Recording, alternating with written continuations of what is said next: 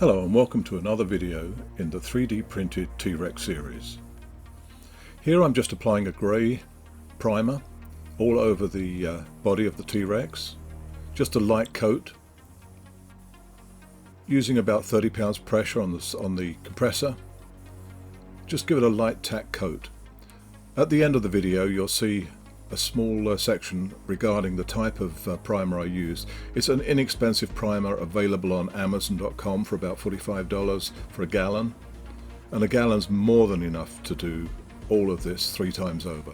So you'll have enough for at least 2 or 3 more models.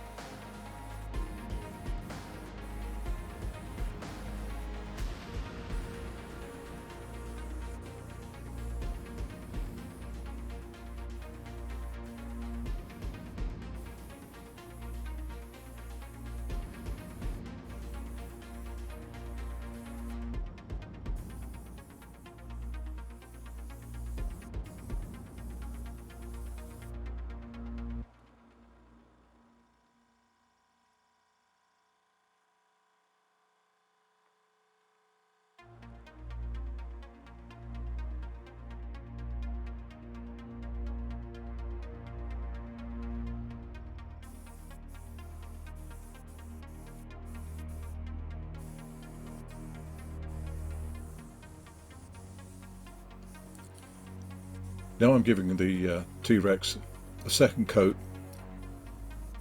Allow the first coat to dry for about half an hour. And you'll see that the eyes of the T-Rex have already been pre-masked. I actually painted those in advance with a dark brown, very dark brown finish, and then masked them over roughly to stop the primer getting into the eyes.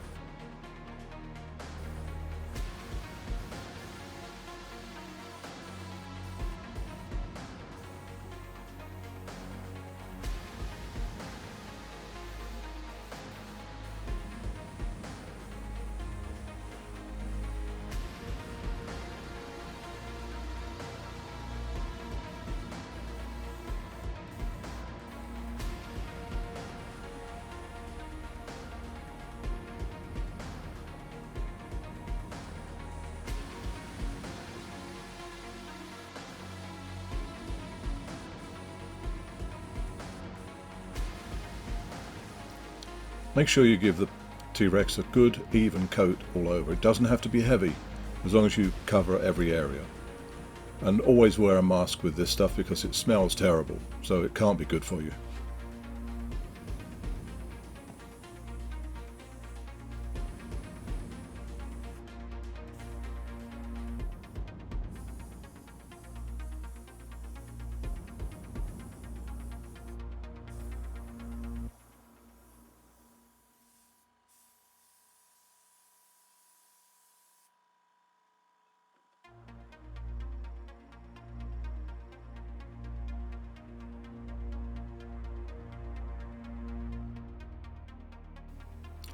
This is the T-Rex now completely covered with primer and ready for its first coat of colour.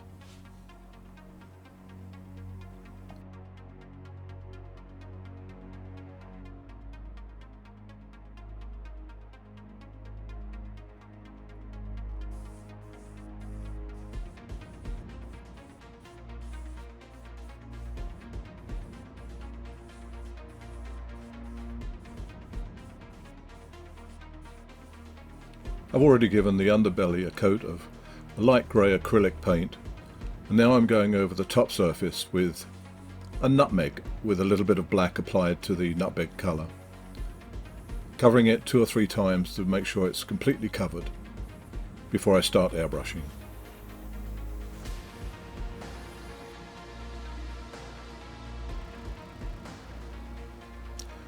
The sun just came out in this shot, and it reminds me to tell you not to spray this type of paint in bright sunlight or very hot outside weather. That T-Rex, the surface temperature of the T-Rex was over 100 degrees, and you'll find what happens is that the joints between your parts will start opening up and you'll get fine hairline cracks. Now this is the acrylic lacquer primer that I used. It's not expensive, available on Amazon, but it smells pretty strong, so please wear a mask when you're using it. And it's thinned with ordinary lacquer thinners available from the Home Depot.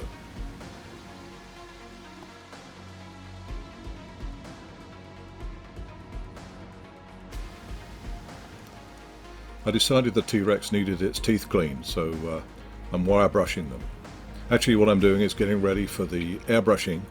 So I'm getting rid of any dust, overspray, and I go over the whole model with either wire wool, a fine plastic wire wool, 3M wire wool, or a wire brush like this, just to key up the surface ready for the acrylic top coats. The next video in the series is going to be the airbrushing, and we hope to see you there. Take care.